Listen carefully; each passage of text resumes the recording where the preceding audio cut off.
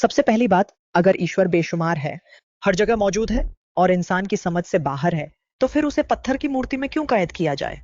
यजुर्वेद साफ कहता है, ना तस्या प्रतिमा अस्ति, उसका कोई प्रतिमा, आइडल नहीं है। तो अगर आपके अपने वेद ये कहते हैं, तो मूर्ति पूजा कहां से आई? देखिए, इंसान की समझ बहुत छोटी है।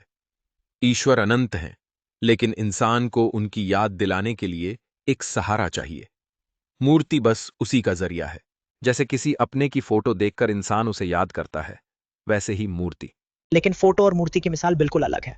फोटो को कोई सजदा नहीं करता, फोटो को कोई प्रसाद नहीं चढ़ाता, लेकिन मूर्ति के सामने आप झुकते हो, पूजा करते हो। और जहां तक वेद और पुराण की बात है, सवाल यह है कि ज्यादा असली और प्रामाणिक कौन है? पुराने वेद या बाद में लिखे गए पुराण? वेद कहते हैं ईश्वर की कोई मूर्ति नहीं है, एंड पुराण मूर्तियों का जिक्र करते हैं। ये तो आपके अपने धर्म में कॉन्ट्रडिक्शन है। वेद और पुराण एक दूसरे को पूरा करते हैं। भगवान ने अवतार लिया, जैसे राम और कृष्ण। जब वो इंसान के रूप में आए, तो उनकी मूर्तियां बनाकर पूजा करना नेचुरल है। और गीता में तो खुद कृष्ण ने कहा है कि मेरी शरण में आओ। ये हमारी भक्ति है, हमारी आस्था है। लेकिन यही तो असली मसला है। अगर भगवान इंसान बन गए, तो फिर वो अनंत और अलौकिक कैसे रहे? अवतार का कॉन्सेप्ट वेदों की असली शिक्षा के खिलाफ है। उपनिषद भी कहते हैं एकम एवा अद्वितीयम, सिर्फ एक ईश्वर है, उसका कोई दूसरा नहीं। अगर वो एक है, तो वो जन्म कैसे ले सकता है? जन्म लेना तो कमजोरी है, और गीता वेदों के बाद लिखी गई किताब है।